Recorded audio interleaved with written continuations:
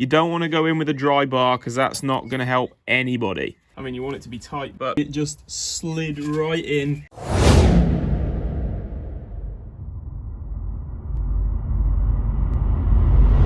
What's going on, guys? Now today, I'm afraid it's a mend and not a mod. I'm sorry there's been a lack of mod videos lately, but that's because I'm working on something in the background that I think is going to be a real boost to the channel. You do know that this would be the perfect opportunity for a mod video, right? Yeah, I know, but I've already bought the parts. Your subscribers won't be happy. Well, they also won't be paying for them. Okay then, you'll see. Don't say I didn't warn you. Anyway, what we're doing today is something that this car's been needing for a while. I mentioned it in my thoughts on the ST150 video, but today we're changing out the rear axle bushes. I've had a few people tell me it is axle bushes that are causing the problem I'm having, but basically whenever I go around a corner and hit a bump, the back end just kicks out. It did that anyway there. Oh my God. It just goes all loose and it feels like something's really not happy at the back. I think the longer travel on the standard suspension definitely exaggerated the issue I'm having because it has improved it since I lowered the car, but it is still giving me a problem, so let's get the car in the air and get these axle bushes swapped out.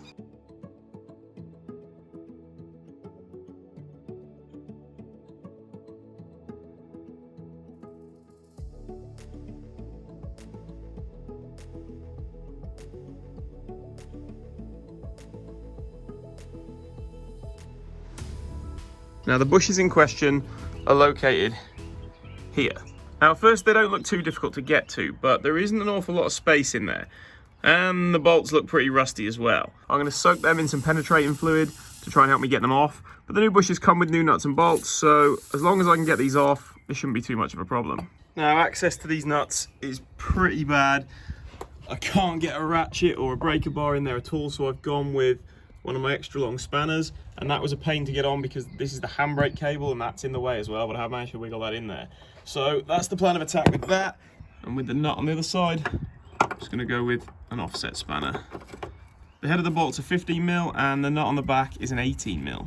Now I'm hoping that when I pull the extra long spanner, it'll turn the whole thing and then this offset spanner will catch on the axle and stop that turning and allow me to loosen that off. Oh, Jesus. Oh, God. That ain't budging.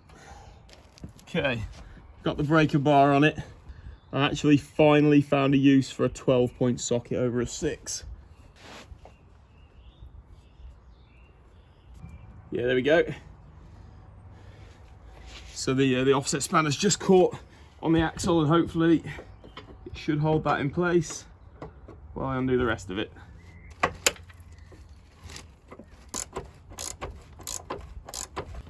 Just a quick note before I undo this, if you're doing this yourself, make sure the axle's supported on a jack when you remove this bolt, just in case it wants to drop.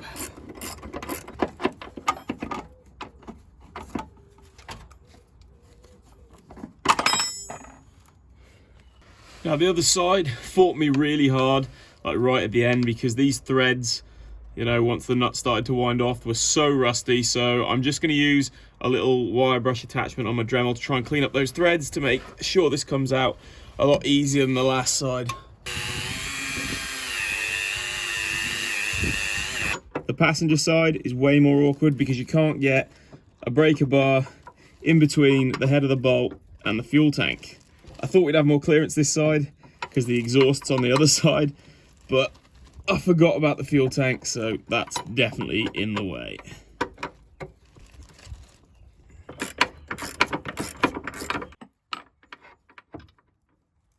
Oh, shit. How the hell do you get that out? Okay, so one thing I wasn't planning on was having to take like the bracket that the bush sits in out. So like, where are we? This bracket here, I think it's just 3 bolts. There's one there, and probably one around that side. Yeah, one up there as well. I'm gonna try undoing those 3. Hopefully this like bracket thing comes down, and then hopefully the axle comes with it, and then we can get those bushes out.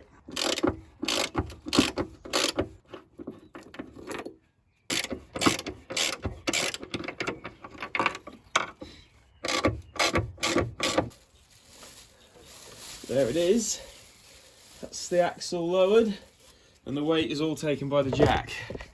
So now I should be able to get that bolt out of there.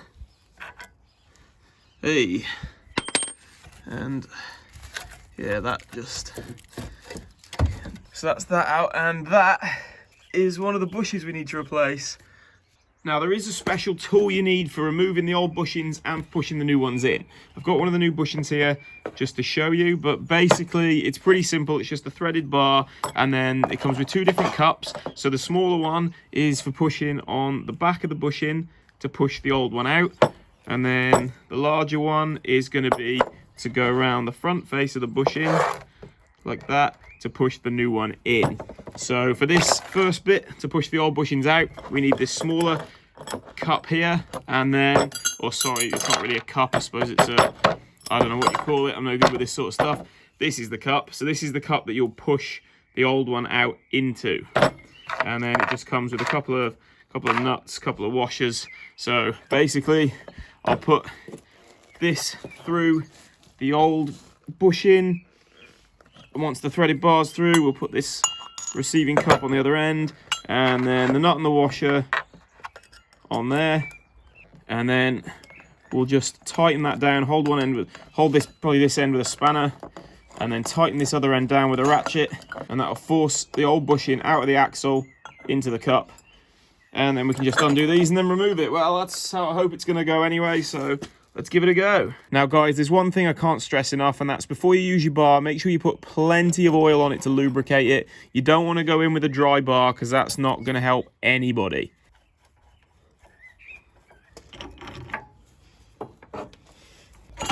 So this receiving cup's specially made to fit over the end of the axle like that, and then it's just a case of the washer and the nut on the other end.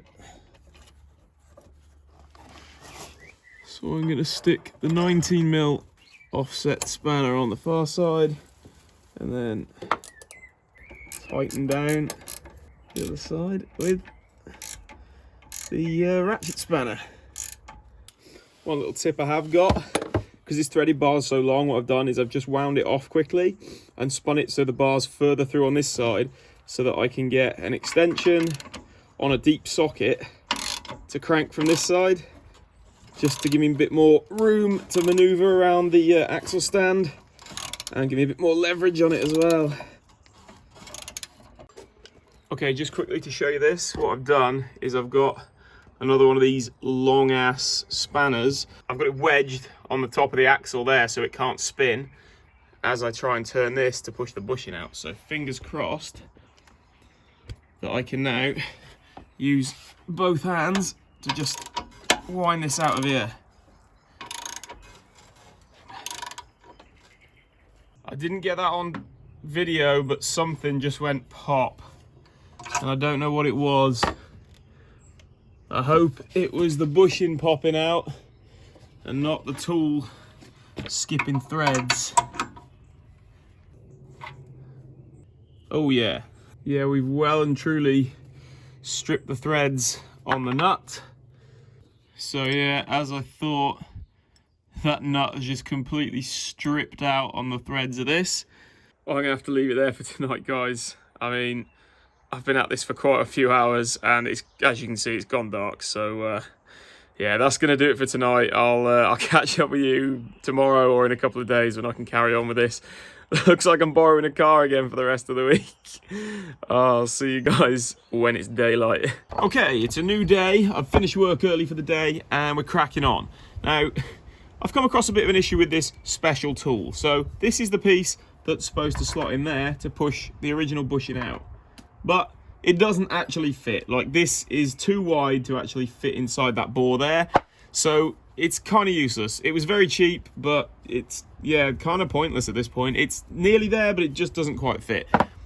I do have another cup from I think it's from a ball joint pressing kit that I've got, and that fits in there almost perfectly, which I know isn't much use to you guys if you haven't got this extra cup. So, you know, I will link this tool in the description, but it's pointless. It doesn't actually do the job. But we're going to whack this one on here, push our threaded bar back through, use this as a cap on the top,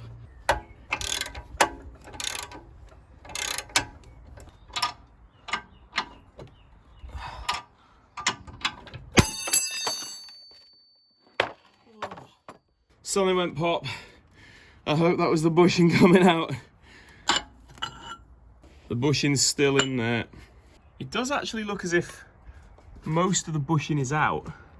Oh, yeah, there we go. Okay, it is out. So here it is. This is the old bushing. It doesn't look in too bad a condition, but nevertheless, that's one out. Okay, with this side out, let's go and get the other side out.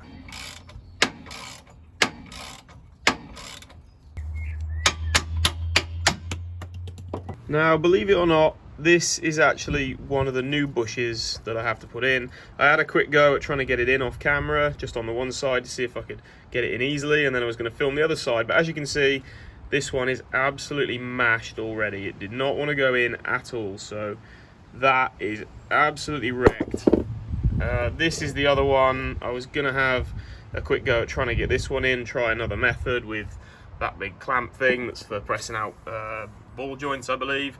But I'm having no joy with that either, and I don't want to wreck another one of these, and they're about, what, 35 quid for the pair, so I'm reluctant to buy another pair as well.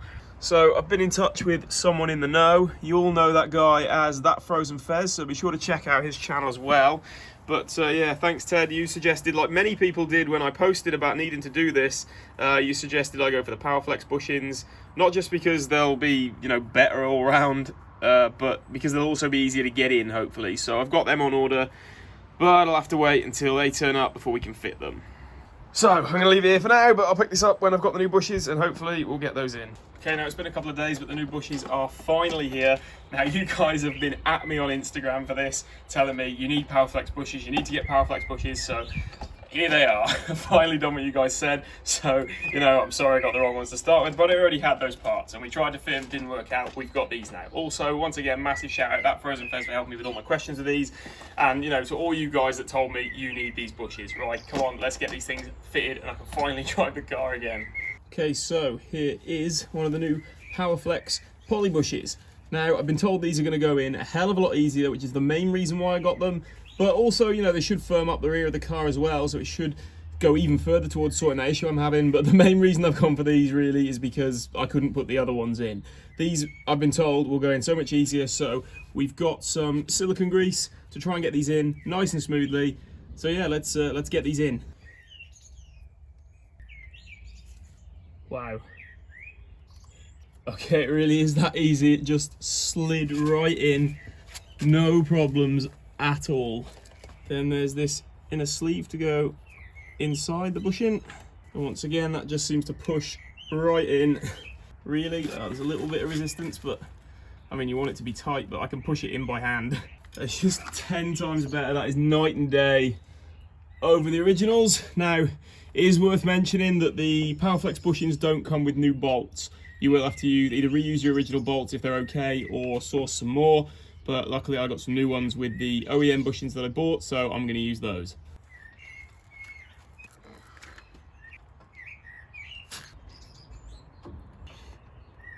Okay, with the bushes installed in the rear axle, we can now start assembling this back together. Now, in a perfect world, we'd be able to torque this up with everything in situ and with the back end under load. But we can't do that because of the fuel tank. Now, what it says to do in the manual is to wedge something that's 32mm between this bracket and the axle. That should simulate the car being in the sort of position it should be when it's under load, and then we can torque up this nut. I've got one of my extended spanners on the back, holding the bolt in place while we torque this nut down. And this gets torqued down to 125 Newton meters, like so. Now let's move on and get the other side torqued up. Then we can raise the rear axle,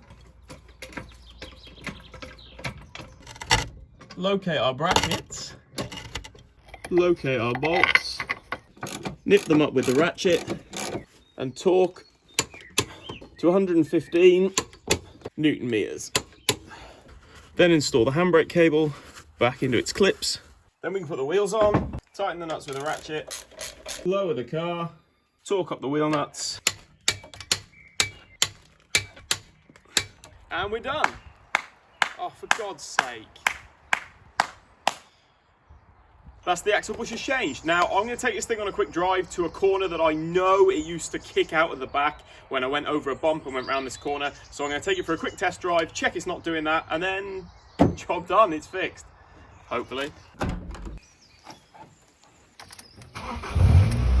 After the first few corners, the back end of the car already feels so much more stable, so I am proper happy with those. But the real test is going to be that corner that you saw at the start of the video. I'm going to be coming up to that in just a minute, and that is really going to show us if these poly bushes have fixed our issue. Okay, there we go, that was that corner right there, and that is so much better. But overall, I'm super happy with those poly bushes, and after that, now I definitely want to get the rest of the set as well for the front suspension. So that is definitely going to be something that's coming up in the future. So if you're not already subscribed to this channel, it goes without saying, but make sure you subscribe, otherwise you're going to miss that. For this video though, guys, that's going to do it. It's time to end. Thank you very much for watching, and I'll see you next time.